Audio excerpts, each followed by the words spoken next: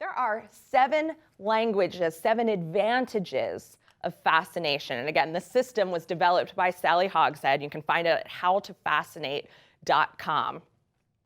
The 7 languages and advantages of fascination. The first one is innovation. This is the language of creativity.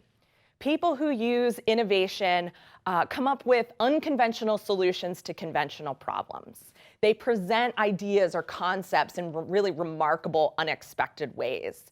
They work with barriers in their path like they weren't even there. They just find some crazy route around them. They are creative, innovative people. So be thinking about, as I go through these, which one of these languages feels most comfortable to you, feels like the way people naturally perceive you as being persuasive and compelling and fascinating. The second language is passion. Passion is the language of emotion, of connection, of relationship. People who use the language of passion build relationships really quickly. They create points of emotional connection that get people on their side really fast. They tell stories, they use personal experiences, exactly what Melissa was saying when she was talking about how she can get so excited about something that gets other people excited too. That kind of contagious feeling that comes along with that one-on-one or one-to-many relational experience. That's the language of passion. The next language is the language of power. And that is the language of strength, really. Strong opinions, leadership, ambition, strength. Power is my language.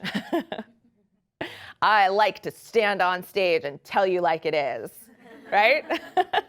That's power. Prestige is the language of excellence. People who use prestige as a language are really results-oriented. They might tell you stories, but those stories are going to be about big transformation, or they're going to be about specific results that they've gotten. They're always striving for the next thing. They're also really ambitious people.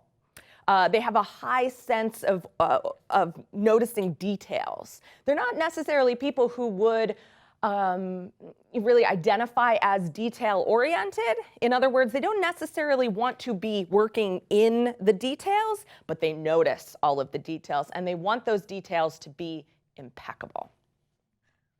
The next language is trust, which is the language of consistency. The language of consistency. Trust is all about building loyalty by having predictable patterns, by doing things the same way every time. They're approachable, they're steadfast.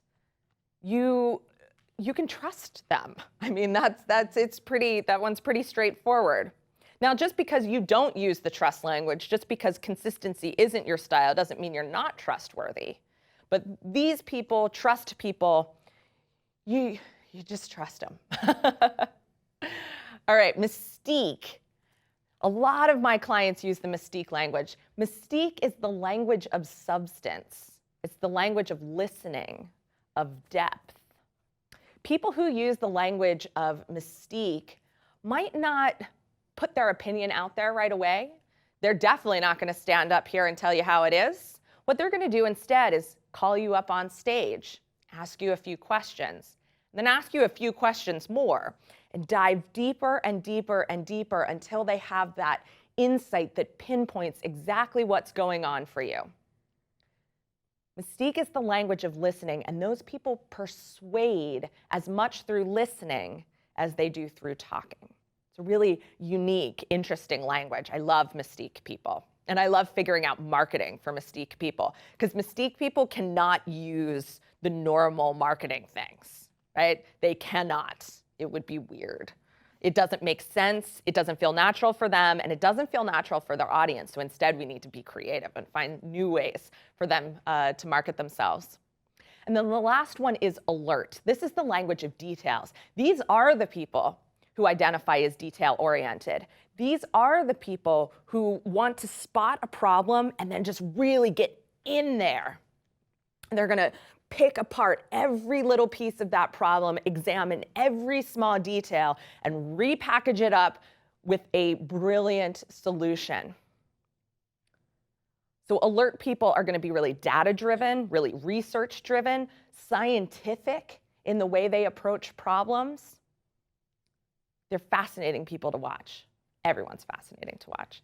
But that alert language is really, really interesting. Again, it's the language of detail. So innovation, passion, power, prestige, trust, mystique, and alert.